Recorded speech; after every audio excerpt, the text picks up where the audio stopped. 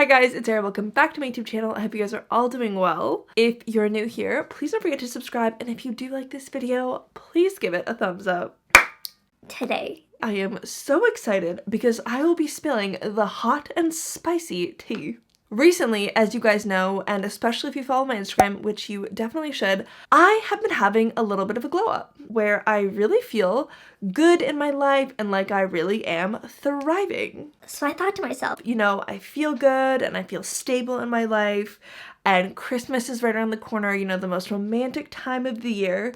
So why not put myself back out there and try dating again? Regrets. So after many failed attempts, I thought it'd be interesting for me to make a little story time video for you guys on the dumbest things that men have said to me on dates here in Paris. I thought of making this video after I saw that TikTok trend of like women who go on Tinder and Bumble and ask their matches their most controversial opinions and then expose that toxicity on TikTok. My stories are probably not as extreme, but the last story time that I have for you guys at the end of this video actually made me cry on the date, okay? Like, real tears. I'll save that dramatic one for last. But yeah, if you do like this video, please give it a thumbs up. And if you want to see more parts, let me know down below in the comments because I could probably make a bajillion of them. Okay, so the first incident wasn't exactly a date, okay, but it was a shocking experience nonetheless. So basically what happened was last week I was meeting my girlfriend downtown for drinks.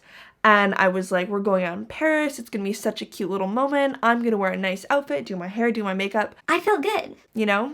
I ended up getting to our like meetup point a little bit early. So I got out of the metro and I sort of just like leaned up against the wall by the metro and I was like just waiting for my friend to arrive. And this pretty cute guy comes up to me and he's like, hey, I think you're really pretty.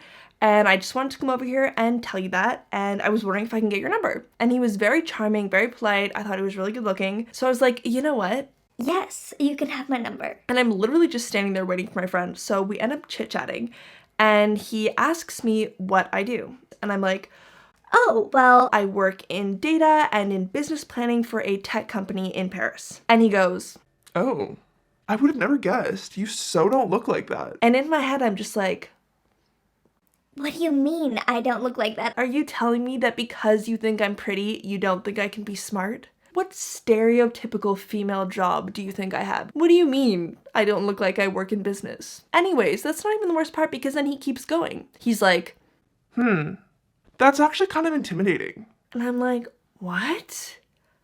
What am I even supposed to say to that? Like, Okay.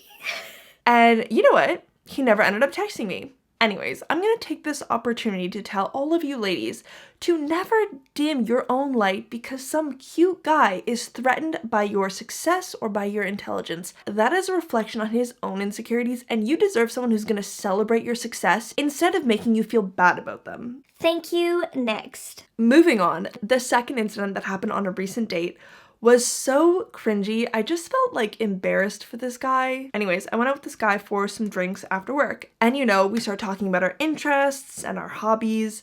And I start telling him about my passion for gardening and how much I love nature and how much I love to be surrounded by nature and how even though I have a small little balcony, my garden is so important to me and I love the idea of being able to grow my own foods. I don't know, we have like a solid conversation on this topic of gardening. And then we move on and talk about his interests. And of course, Cryptocurrency comes up and he starts telling me how successful he is and how much money he's been able to make off his investments. And I'm just like, yeah?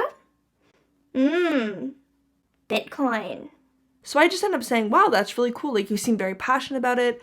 You know, it's honestly not something that I've been super interested in. And I don't really have a lot of time to like start learning about investing in cryptocurrency. You know, it's not really my thing. I'm not super interested, but it's really cool that you're so passionate about it. And he goes, You know, if you stop wasting your time gardening, you could really invest your money in cryptocurrency. and I'm just like, What? excuse me? I just spent 20 minutes telling you how much I love my garden and I love the environment and the green space it provides me. And you're telling me to ditch my passion to pick up your passion for cryptocurrency? Are you even present in this conversation? I feel like I'm really not giving this conversation justice, but it was honestly just so awkward.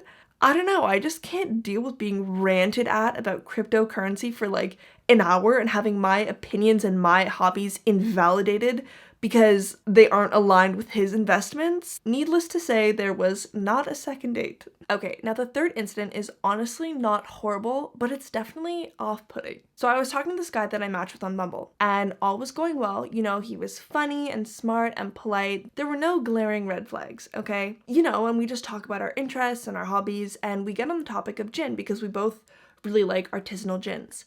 And I sent him a picture of my really nice, like, organic artisanal gin that I picked up in Bretagne last summer. And I sent him a picture of the bottle. And the picture looked a little weird because I had, like, tried to rip off the label. And I was like, oh, it just looks a little weird because I want to reuse the bottle once I'm done with it. And, like, that's why I've scratched off the label. And he goes, Oh, are you one of those environmentally friendly vegan Canadians? and I'm like, I mean, I'm not vegan, but I do care about the environment if that's what you're asking. And I go on to tell him that one of my biggest goals in life is to eventually be zero waste. And then he proceeds with, Ugh, that's fine, as long as you're not one of those people who imposes their opinions on other people. I'm honestly a super consumer, and I don't even bother to recycle. and I'm like, Do you want an award for hating the planet? honestly, I'm like, did you even read my bio? Like, it literally says Earth Lover with the recycling sign. And in my interests, the number one listed is environmentalism. I think we might have some clashing opinions here. Anyways, the real issue for me is that caring about the environment is actually not an opinion. It's more like a necessity because we are actually in a climate crisis. I just don't have the patience, I guess, for someone who is proud of the fact that they overconsume and that they don't recycle. Because to me, that is so selfish. And it shows like a general lack of awareness and care for people around you and for the planet. As soon as he started sending me those text messages, I was like, this is such a deal breaker for me. It is so important to me that my partner loves our planet and cares for our planet as much as I do. So yeah, I just like shut that conversation down and we didn't even bother going on a date. Moving on to the fourth and final story that I have for you guys, the one that made me cry on the date. This was another guy that I had met on Bumble. And right from the start, we had this like really good connection. I was like very excited to go on this date. On the date, we went for a long walk along the Seine and we ended up at a bar kind of close to the Eiffel Tower. And I think at this point, we'd been on the date for like maybe an hour and a half or 2 hours. So we get to this bar and we order drinks and we're having good conversations and we're continuing our little debates. And honestly, it feels really nice. There really does feel like there's a connection there. In the spirit of our little debating moments, I decide to ask him a question that I ask any guy who I'm seriously considering dating. And so I turn to him and I go, "Are you a feminist?" And he goes, I'm not a feminist. I believe in equality. and I'm not joking when I say that right then and there at that bar by the Eiffel Tower, I started to cry. And I already know what you're thinking. You're gonna be like, Arielle, that is so dramatic. But here's the thing, you guys.